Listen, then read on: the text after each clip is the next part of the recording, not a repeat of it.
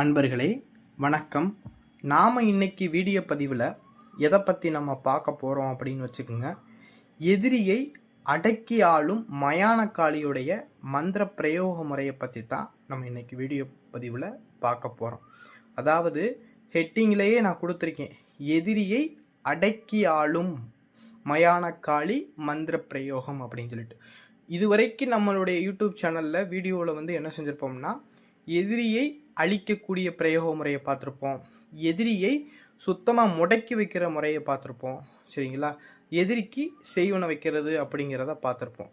இந்த முறை என்னன்னு வச்சுக்கோங்க, நம்மளுடைய வாழ்க்கையில் துன்பம் கொடுக்குற எதிரிக்கு எங்கனை வாழவே விட மாட்டேன் சொல்கிறேன் சாமி, எனக்கு வந்து தொந்தரவு கொடுத்துக்கிட்டே இருக்கேன், நானும் இங்கே போனாலும் நல்லா வந்துடுவேன், அங்கே போனாலும் நல்லா வந்துடுவேன், என்னை வாழவே விட மாட்டேன்னு சொல்கிறார். எனக்கு தொடர்ந்து எனக்கு மாற்றி அவன் செய்வனை வச்சுக்கிட்டே இருக்கேன். என்னோடய எதிரி வந்து எங்களை வாழவே விட மாட்டேன்னு சொல்கிறாங்க, எனக்கு தொடர்ந்து செய்வனை வச்சுக்கிட்டு இருக்காரு, பிரச்சனை பண்ணிக்கிட்டு எங்களை மன நிம்மதி இல்லாமல் ஆக்கிக்கிட்டு இருக்காங்க. இதனால் நாங்கள் ஏன் வாழணும் அப்படிங்கிற அளவுக்கு எங்களுக்கு முடிவுக்கு வந்திருக்கோம். அப்பேற்பட்ட நிலையில் எதிரி மேலே இந்த மயானக்காளி மந்திரத்தை நம்ம பிரயோகம் பண்ணி அந்த குடுவையை நம்ம வீட்டில் நம்ம வச்சுக்கிட்டோம் அப்படின்னா, நம்மளுக்கு அவன் பிரச்சனை கொடுக்கணும்னு மனசார நினச்சாவோட அவனுக்கு அங்கே என்ன செஞ்சிடும்னா பிரச்சனைகள் வர ஆரம்பிக்கும், சரிங்களா. நம்மளுக்கு வந்து நம்மளை கெடுக்கணும்னு ஏதாவது செய்வனையோ ஏவலோ பண்ணுறேன்னு வச்சுக்கோங்க, இந்த குடுவை நீ இருக்கிற வரைக்கும் தான் அவனை வந்து நீங்கள் ஆட்டி படைக்க முடியும், சரிங்களா. அதனால் உங்களுக்கு பிரச்சனை கொடுக்கணும்னு மனசார அவன் நினச்சாவோட என்ன செஞ்சிடும்னு வச்சுக்கோங்க, அவனுக்கு அங்கே பிரச்சனைகள் மேலே அடி விழுந்துக்கிட்டே இருக்கும். என்ன செய்யணும்னா, மயானக்காளி போய் தொந்தரவு கொடுத்துக்கிட்டே இருக்கும், அவனை நடுங்க வச்சுப்போம், பயந்து நடுங்க வச்சுப்போம். அப்பேற்பட்ட சக்தி வாய்ந்த பிரயோக முறையை தான் நான் உங்களுக்கு இன்றைக்கி சொல்லி கொடுத்தர போகிறேன், சரிங்களா. இந்த பிரயோக முறையை ஒரு தடவை எதிரி மேலே நீங்கள் பிரயோகம் பண்ணிட்டீங்கன்னா திருப்பி அவனுக்கு நீங்கள் செய்வனை வைக்கணுங்கிற அவசியமே கிடையாது. ஒரு தடவை அவனுக்கு பிரயோகம் பண்ணிவிட்டு அந்த குடுவையை உங்கள் வீட்டில் நீங்கள் பூஜை அறையில் நீங்கள் வச்சுக்கிட்டீங்க அப்படின்னா, நீங்கள் உங்களை அவன் தொடுற நேரம் பூரா அவனுக்கு அடி விழுந்துக்கிட்டே இருக்கும். உங்களை அவன் கெடுக்கணும் மனசார நினச்சா கூட அவனுக்கு பிரச்சனைகள் வர ஆரம்பிக்கும், சரிங்களா. அப்பேற்பட்ட சக்தி வாய்ந்த முறையை தான் நீங்கள் நான் உங்களுக்கு சொல்லித்தரப்போகிறேன். இந்த பிரயோக முறையை எதிரிகள் மேலே நீங்கள் பிரயோகம் செஞ்சீங்க அப்படின்னா, எதிரிக்கு எந்த மாதிரியான பிரச்சனைகள்லாம் வர ஆரம்பிக்கும் அப்படின்னா, சிறு சிறு விபத்துக்களாக வரும், சரிங்களா. இந்த பிரயோக முறையை செஞ்சோம்னா எதிரியுடைய உயிர் போகாது. எதிரியுடைய உயிர் போகாமையே அவன் என்ன செய்வான், இந்த பூலோகத்தில் வாழ்ந்து ரொம்ப துன்பங்கள் அனுபவிப்பான், சரிங்களா. அப்பேற்பட்ட சூழ்நிலையை உருவாக்கி கொடுக்கும், சரிங்களா. சிறு சிறு விபத்துக்களை வந்து தொடர்ந்து ஏற்படுத்திக்கிட்டே இருக்கும், சரிங்களா. அடுத்து பார்த்தீங்கன்னா, என்ன நடக்குதுன்னே அவனுக்கு புரியாது, என்ன நடக்குதுன்னே அவனுக்கு புரியாமல் பயந்து நடுங்க ஆரம்பிச்சிருவான். கோவிலாக அலைய ஆரம்பிச்சிடும். இந்த பிரச்சனையை தீர்க்கிறதுக்காக கோவிலாக மாந்திரிகராக போய் அலைஞ்சு திரிஞ்சு அதுலேயுமே அவனுக்கு தீர்வு கிடைக்காது, சரிங்களா. அப்படி அலைஞ்சு திரிஞ்சு போனாலும் அவனுக்கு அதில் வந்து தீர்வு கிடைக்காது. ஏன்னா மயானக்காளி தீர்வு கிடைக்க விடாது, சரிங்களா. சில பேர்லாம் பார்த்தீங்கன்னா எத்தனையோட செய்வனை எடுத்துக்கிட்டே இருப்பாங்க, திருப்பி அவனுக்கு வந்து செய்வனை கோளாறு காட்டிக்கிட்டே இருக்கும், அவன் துன்பம் நீங்கின மாதிரியே இருக்காது. அதெல்லாம் வந்து இந்த ஸ்ட்ராங் அந்த மயானக்காளி காட்டேரி இந்த மாதிரி விஷயத்த வச்சு பண்ணியிருப்பாங்க, சரிங்களா. அதனால் இந்த மாதிரி விஷயத்த நம்ம ஒரு எதிரி மேலே பிரயோகம் பண்ணியாச்சுன்னா ஜெம்மத்துக்கு அவனால் மீண்டு வர முடியாது. அது இந்த அவங்கள துன்புறுத்தாமல் இருந்தால் மட்டும்தான் அவனுக்கு ஒரு வழி நிவாரணம் கிடைக்கும், சரிங்களா. அப்போ அடுத்ததாக பார்த்தீங்கன்னா, உடல் ரீதியாக கோளாறுகளை அதிகமாக ஏற்படுத்தும், சரிங்களா. இதனால அவன் வந்து என்ன செஞ்சிருவான்னு வச்சுக்கோங்க, மன நிம்மதியின்றி என்ன செஞ்சிருவான், ஒரு இடத்துல முடங்கி போயிடுவான், அப்படியே உட்காந்துருவான், அமைதியாக உட்காந்துருவான். என்னடா வாழ்க்கையில் அப்படி இருக்கே அப்படின்னு சொல்லிட்டு உட்காந்துருவான். அதோட அவனுடைய தொழில் முடங்கி, அவனுடைய பணம் விரயமாக செலவழிஞ்சு எல்லா விஷயத்துலையும் அவனுக்கு முடக்கம் ஏற்பட்டு, சரிங்களா, எங்கே போனாலும் அவனுக்கு பிரச்சனை, கலகம், இந்த மாதிரி பிரச்சனைகளை வர ஆரம்பிச்சிடும், சரிங்களா. அதனால தான் எதிரி மேலே இந்த பூஜையை நம்ம பிரயோகம் பண்ணியாச்சு அப்படின்னா அவன் மீண்டு வர்றது ரொம்ப கஷ்டம், சரிங்களா. அப்பேற்பட்ட சூழ்நிலையை உருவாக்கி கொடுத்துரும், சரிங்களா. எதிரிக்கு வந்து பாதிப்பை ஏற்படுத்தி கொடுத்துரும், சரிங்களா. அவன் உங்களுக்கு பிரச்சனை பண்ணணும் மனசார நினச்சிட்டேன் அப்படின்னா அங்கே அவனுக்கு கோளாறு கொடுக்க ஆரம்பிச்சிடும், சரிங்களா.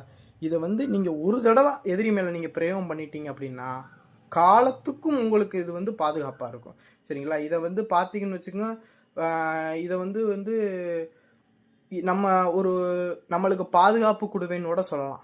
யாரும் வந்து நம்மளுக்கு வந்து மாந்திரிகம் பண்ணாலும் நம்மளுக்கு பலிக்கக்கூடாது அப்படிங்கிறதுக்காக. இது மயானக்காளி பாதுகாப்பு குடுவைன்னு சொல்லலாம். மயானக்காளி வச்சு எதிரிகள் மேலே இந்த மந்திர பிரயோகம் பண்ணுறதுன்னு சொல்லலாம். நிறைய விதத்துக்கு இதை பயன்படுத்தலாம். சரிங்களா?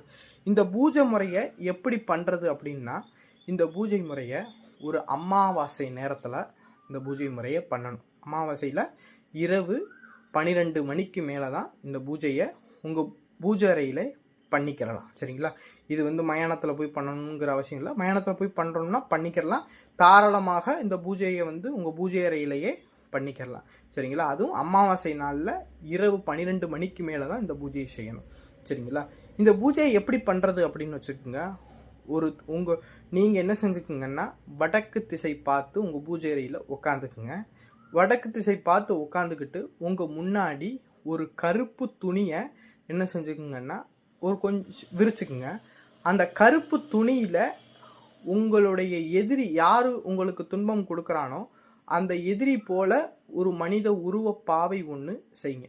இந்த மனித உருவப்பாவை செய்கிறது எப்படிங்கிறத நம்ம எல்லா வீடியோலையுமே சொல்லியிருக்கோம். பச்சரிசி மாவும் கோதுமை மாவையும் கலந்து பன்னீர் விட்டு குழப்பி கலந்து அதை உருண்டை மாதிரி சப்பாத்தி மாவு பதத்துக்கு பிணைஞ்சு மனித உருவப்பாவை போல் செஞ்சுக்கிறணும். உங்களுடைய எதிரி ஆணாக இருந்தாங்கன்னா ஆண் பாவை போல் செஞ்சுக்கிறணும். பெண்ணாக இருந்தாங்கன்னா பெண் பாவை போல் செஞ்சுக்கிறணும். உங்களுக்கு எப்படி செய்ய தோணுதோ அது போல் செய்யுங்க. இது அக்யூரேட்டாக இருக்கணுங்கிற அவசியம் கிடையாது. உங்களுக்கு என்ன மாதிரி உருவம் செய்யணும்னு நினப்பு வருதோ அதே போலயே செய்யுங்க. இதில் ஒன்றும் தவறுலாம் கிடையாது. சரிங்களா? உங்களுக்கு எப்படி செய்ய வருதோ அதே போலயே செய்யுங்க. அப்படி மனித உருவப்பாவையை அந்த கருப்பு துணியில் உங்களுடைய எதிரி போல் என்ன செஞ்சுக்கங்கன்னா, உங்களுடைய எதிரியை மனசில் நினச்சிக்கிட்டு உங்களுடைய எதிரி போல் என்ன செஞ்சுக்கன்னா அந்த மனித உருவப்பாவை செஞ்சுருங்க. மனித உருவப்பாவை செஞ்சு தயார் பண்ணி முடித்த பிறகு எதிரியோட சம்மந்தப்பட்ட பொருள் ஏதாவது இருந்துச்சு அப்படின்னா அந்த பாவை மேலே வைங்க. உங்கள்கிட்ட ஃபோட்டோ மட்டும்தான் இருக்குது அப்படின்னா அந்த ஃபோட்டோவை அந்த பாவை மேலே வச்சுருங்க. அவங்க எதிரி சம்மந்தப்பட்ட காலடி மண், தலைமுடி, வேர்வைப்பட்ட துணி, ரத்தம் பட்ட துணி, இந்த மாதிரி எதுவும் இருந்தாலும் அதையும் வச்சுக்குங்க. எதுவுமே இல்லை சாமி, எனக்கு ஃபோட்டோவும் இல்லை, எனக்கு அந்த பொருட்களும் இல்லை அப்படின்னா ஒன்றும் பிரச்சனை கிடையாது. எதிரியோடைய உருவம் உங்களுக்கு மனசில் பதிஞ்சிச்சு அப்படின்னா எதிரியோடைய உருவத்தை மனசில் நினச்சிக்கிட்டு என்ன செய்யுங்கன்னா, நான் ஸ்க்ரீனில் கொடுத்தக்கூடிய மந்திரத்தை பிரயோகம் பண்ணலாம். சரிங்களா? இல்லை ஒரு மாந்திரிகர் நீங்கள் பண்ணுறீங்க அப்படின்னா அவருடைய பேர், எதிரியோடைய பேர் தெரிஞ்சிச்சாலும் போதும். ஒரு செப்பு தகட்டில் இன்னாருடைய மகன் இன்னாரு அப்படின்னு சொல்லிட்டு அந்த செப்பு தகட்டில் அவருடைய பேரை எழுதி என்ன செஞ்சுருங்கன்னா எழுதி அந்த சுருட்டி அந்த இதை உள்ளக்க வச்சுருங்க. அந்த பாவைக்குள்ள வச்சுருங்க. இப்படி பாவைக்குள்ள வச்ச பிறகு என்ன செஞ்சுருங்கன்னா, அந்த பாவையுடைய 4 திசைகள்லையுமே பூசணிக்காய் இருக்குது பாருங்கள், 2 பூசணிக்காய் வாங்கிங்க. இந்த பூசணிக்காய் என்ன தெரியுமா, கிஷ்டிக்கு உடைப்பம்ல பூசணிக்காய். அந்த பூசணிக்காயை ரெண்டாக வெட்டி அதில் என்ன செய்றீங்கன்னா ஒரு குழி மாதிரி நோண்டி என்ன செஞ்சுங்கன்னா பஞ்ச தீப எண்ணெய்ன்னு விற்பாங்க. சரிங்களா? அந்த பஞ்ச தீப எண்ணெயை 4 திசைகள்லையுமே அந்த பூசணிக்காயில் ஊற்றி தீபம் போட்டு 4 திசையிலையுமே ஏற்றிக்கிங்க.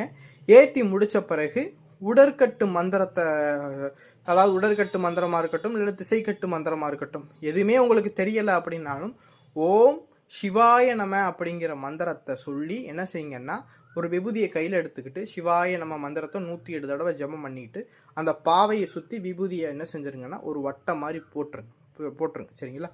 போட்டு முடித்த பிறகு நான் ஸ்க்ரீனில் கொடுக்கக்கூடிய மந்திரத்தை நீங்கள் என்ன செய்யுங்கன்னா, ஒன்று அரளிப்பூ பக்கத்தில் வச்சுக்கிட்டு இந்த மந்திரத்தை மனசில் சொல்லி அந்த பாவை மேலே போடணும். இதே மாதிரி 1008 தடவை உரு கொடுக்கணும்.